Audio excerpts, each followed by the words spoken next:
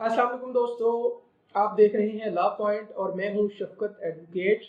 आज का टॉपिक बहुत ही इम्पोर्टेंट है।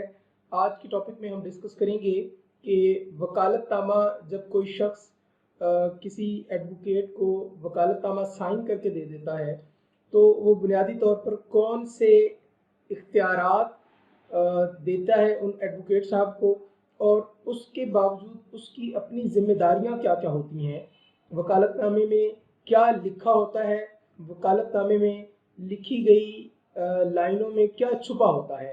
ये सारे राज आज हम डिस्कस करेंगे। इसके लिए मैं आपको वकालतनामा दिखाऊंगा भी और उसके ऊपर लिखी हुई तहरीर को हम डिस्कस भी करेंगे। दोस्तों, ये है वकालतनामा। उर्दू में है। वकालतनामे इंग्लिश में भी होते हैं और उर्दू में भी इसकी तहरीर लिखी गई होती है। तो हम आज इंशाल्लाह इसको उर्दू का जो वकालतनामा है इसको डिस्कस करते हैं और ये उसकी एक प्रॉपर तहरीर है।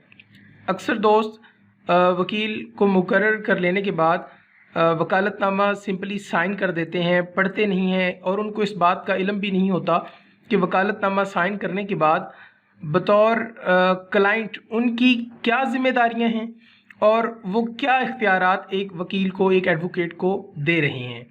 तो ये वकालतनामा है। इसके साथ एक छोटा सा कोर्ट फ़ीस का बना हुआ है खाना। यहाँ पर एक कोर्ट फ़ीस का लगाई जाती है, टिकट लगाई जाती है। फिर सबसे पहला कॉलम होता है बाअदालत जनाब। जिस अदालत में ये वकालतनामा देना होता है उस अदालत का नाम लिखा जाता है। उससे नीचे लाइन आ जाती है, पार्टीज़ का नाम लिखा जाता है और किसकी जानिब से है मिन जानिब उसका नाम लिखा जाता है। फिर किस दावा में या किस जुर्म के मामले में केस की प्रोसीडिंग में ये वकालतनामा देना है वो लिखा जाता है। और उसके बाद जो नीचे तहरीर शुरू होती है वो सबसे इम्पॉर्टेंट है, जिसको अक्सर वकला साहबान भी शायद नहीं पढ़ते होंगे। तो ये तहरीर बहुत इम्पॉर्टेंट है। हम इस तहरीर को पढ़ते हैं कि मंदरजा बाला उन्वान में अपनी तरफ से पैरवी व जवाबदही बमुकाम, ये मुकाम के आगे लाइन छोड़ी गई है, ये बहुत ही इम्पॉर्टेंट है। यहाँ पर हम जो मुकाम लिखेंगे वो मुकाम बेसिकली वो एडवोकेट साहब उस मुकाम पर मौजूद अदालत में में पेश होने के पाबंद हैं। अगर यहाँ पर आप एक मुकाम लिखते हैं, मतलब किसी एक डिस्ट्रिक्ट का नाम लिखते हैं या किसी एक डिस्ट्रिक्ट कोर्ट्स का नाम लिखते हैं या सब डिवीज़नल कोर्ट्स का नाम लिखते हैं, तो सिर्फ उन्हीं कोर्ट्स में या उस कोर्ट में जिसका ऊपर नाम लिखा गया है उसमें पेश होने के पाबंद हैं। इसके अलावा वो किसी और कोर्ट में पेश होने के पाबंद नहीं हैं। अगर आपने 2 या 3 मुख्तलिफ मुकामात के लिए या मुख्तलिफ अदालतों के लिए अगर आपने किसी को एडवोकेट मुकर्रर करना है तो यहाँ पर आप 2 या 3 मुकामात भी ऐड कर सकते हैं। उसके अलावा है कि बदीं शर्त वकील मुकर्रर किया गया है। अब ये शराइत हैं, लेकिन बेसिकली पहले तो ये ज़िम्मेदारियां हैं उस शख्स पर जो ये वकील मुकर्रर कर रहा है। पहली ज़िम्मेदारी क्या है कि मैं हर पेशी पर, ये दूसरी लाइन में पढ़ रहा हूँ, कि हर पेशी पर ख़ुद या बज़रिया मुख्तार ख़ास रूबरू अदालत हाज़िर होता रहूँगा। ये बहुत ही इम्पोर्टेंट चीज़ है कि पेश क्लाइंट ने, पेश आपने, पेश खुद होना है उस शख्स ने जिसका मामला है, जिसका कानूनी इशू है या जो जिसकी प्रोसीडिंग अदालत में चल रही है। और बवक्त पुकारे जाने, जब अदालत में पुकार होती है, जब आवाज़ पुकारी जाती है अदालत में उस नाम से, आपके केस के नाम से, तो उस वक्त आपने क्या करना है, बवक्त पुकारे जाने वकील साहब मौसूफ को इतला देकर हाजिर करूँगा। ये भी इस वकालतनामे के मुताबिक क्लाइंट की ज़िम्मेदारी है कि वो वकील साहब को इतला देगा और कहेगा कि अदालत में आवाज़ हमारे केस में हुई है और उसमें आकर पेश हों। और बड़ी इम्पॉर्टेंट बात इससे आगे है, एक शर्त है कि अगर किसी पेशी पर मन मज़हर हाजिर ना हो और गैर हाज़िरी की वजह से किसी तौर पर मुकदमा मेरे ख़िलाफ़ हो गया तो साहिब मौसूफ इसके किसी तरह ज़िम्मेदार ना होंगे। बहुत ही इजी बात है, लेकिन इससे पहले शायद आपको इस बात का इल्म ना हो کہ اگر آپ کی غیر حاضری کی وجہ سے آپ کا کیس جو ہے وہ آپ کے خلاف ہو جاتا ہے تو اس میں وکیل صاحب کسی قسم کے ذمہ دار نہ ہوں گے. ایڈوکیٹ اس بات سے بری الذمہ ہیں، لہٰذا عدالت میں پیش ہونے کی ذمہ داری آپ کی ہے، کلائنٹ کی ہے. اچھا، آگے چوتھی لائن ہے، نیز وکیل صاحب موصوف صدر مقام کچہری کے علاوہ کسی اور جگہ یا کچہری کے مقررہ اوقات سے پہلے یا بروز تعطیل پیروی کرنے کے مجاز نہ ہوں گے. جی یہ بھی ایک ذمہ داری نہیں ہے وکیل پر کہ اگر کچہری کا مقام بدل جاتا ہے، جس جگہ پر کچہری ہے وہاں سے شفٹ ہو جاتی ہے، یا جو کچہری کے اوقات ہیں اس سے پہلے وہ عدالت میں پیش ہونے کے پابند نہیں ہیں، یا اگر جس دن چھٹی ہوتی ہے، عام تعطیل ہوتی ہے، اس دن بھی وہ اس آپ کے کیس میں عدالت میں پیش ہونے کے پابند نہیں ہیں. بہتر ہو گیا. اور آگے، اگر مقدمہ مقام کچہری کے علاوہ کسی اور جگہ سماعت ہونے یا بروز کچہری کے اوقات کے آگے پیچھے ہونے پر من مظہر کو کوئی نقصان پہنچے تو اس کے واسطے کوئی معاوضہ ادا کرنے، مختار نامہ واپس کرنے کے بھی صاحب موصوف ذمہ دار نہ ہیں. جی اگر کچہری جو ہے وہ آگے پیچھے ہو جاتی ہے، کوئی اس کی پلیس تبدیل ہو جاتی ہے، کچہری کہاں شفٹ ہو جاتی ہے، اس معاملے میں بھی کوئی نقصان ہوتا ہے، یا کچہری کے اوقات آگے پیچھے ہو جاتے ہیں اچانک سے، تو وہ اگر کوئی نقصان پہنچتا ہے اور اس کا بھی نہ تو وکیل صاحب آپ کو فیس واپس کرنے کے پابند ہیں اور نہ ہی کسی قسم کے نقصان کے ذمہ دار ہیں. مجھے کل ساختہ پرداختہ صاحب مثل کردہ ذات خود منظور قبول ہوگا. اور صاحب موصوف، اب یہ وہ پاورز ہیں اس کے بعد جو آپ ایک ایڈوکیٹ کو دے رہے ہیں کہ صاحب موصوف عرضی دعویٰ، درخواست اجرائے ڈگری و نظر ثانی اپیل نگرانی دائر کرنے، نیز ہر قسم کی درخواست پر دستخط تصدیق کرنے کا بھی اختیار ہوگا. یہ آپ ایک ایڈوکیٹ کو اختیار دے رہے ہیں کہ ہر قسم کی درخواست پر وہ سائن کر سکتے ہیں آپ کے بہاف پر.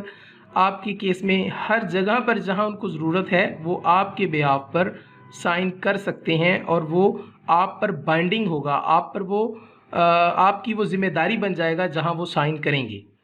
اور کسی حکم یا ڈگری کے اجرا کرانے اور ہر قسم کا روپیہ وصول کرنے اور رسید دینے اور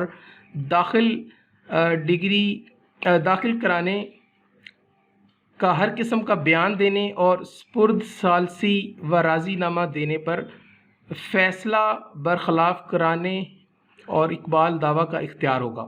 یہ سارے اختیار آپ دے رہے ہیں کہ وہ کہیں بھی آپ کی جگہ پر بیان دے سکتے ہیں، راضی نامہ کر سکتے ہیں، کوئی کسی آربیٹریشن یا ثالثی کونسل میں آپ کے کیس کو منتقل کرنے کے حوالے سے کوئی بھی کارروائی کر سکتے ہیں، یا یہ مکمل اختیارات آپ ان کو دے رہے ہیں. یا اگر آپ کے خلاف کسی نے دعویٰ کیا ہے اور آپ ایک ایڈوکیٹ کو مقرر کر رہے ہیں، اس وکالت نامے میں یہاں تک کے اختیارات ہیں کہ وہ کسی آپ کی مخالف پارٹی کے کیے ہوئے دعوے کو ایکسیپٹ بھی کر سکتے ہیں کہ جناب جو انہوں نے لکھا ہوا ہے دعوے میں وہ میں اس کو قبول کرتا ہوں. یہ بہت سارے اختیارات ہیں. دوسرے لفظوں میں آپ ایک ایڈوکیٹ جب مقرر کرتے ہیں تو آپ مکمل طور پر اس کو اختیارات دے دیتے ہیں کہ وہ جو کچھ مرضی کر لے. آگے پڑھتے ہیں.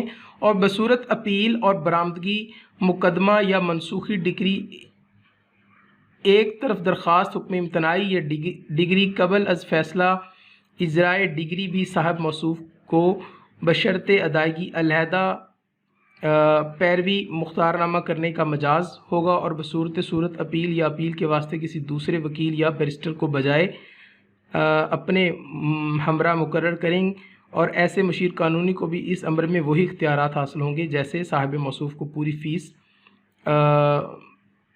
تاریخ پیشی سے پہلے ادا نہ کروں گا تو صاحب موصوف کو پورا اختیار ہوگا کہ مقدمہ کی پیروی نہ کریں. یہ مزید اختیارات آپ انہیں دے رہے ہیں کہ وہ الگ سے ایک وکیل بھی مقرر کر سکتے ہیں، یا اگر اس مقدمہ کے علاوہ، اس کیس کے علاوہ کوئی اور اپیل ہوتی ہے یا اجرا یا کوئی اور نگرانی وغیرہ ہے تو اس کے لیے آپ الگ سے فیس ادا کریں گے انہیں. اور اس کے لیے وہ اگر کسی بھی دیگر ایڈوکیٹ کو یا بیرسٹر کو مقرر کرنا چاہتے ہیں تو ان آگے مقرر کردہ ایڈوکیٹ صاحب کو بھی وہی اختیارات ہوں گے جو آپ ان وکیل صاحب کو، اپنے ایڈوکیٹ صاحب کو دے رہے ہیں. यानी ये आगे ट्रांसफरेबल पावर्स हैं जो आप इन एडवोकेट साहब को दे रहे हैं, वो आगे मज़ीद उनको ट्रांसफ़र कर देंगे। ठीक है। और अगर आप फ़ीस नहीं देंगे पेशी से पहले तो साहिब मौसूफ़ को पूरा अख्तियार होगा कि मुकदमा की पैरवी ना करें, और ऐसी हालत में मेरा मुतालबा साहिब मौसूफ़ के ख़िलाफ़ नहीं होगा। लिहाजा मुख्तारनामा लिख दिया है कि सनद रहे, मज़मून मुख्तारनामा सुन लिया है और अच्छी तरह समझ भी लिया है।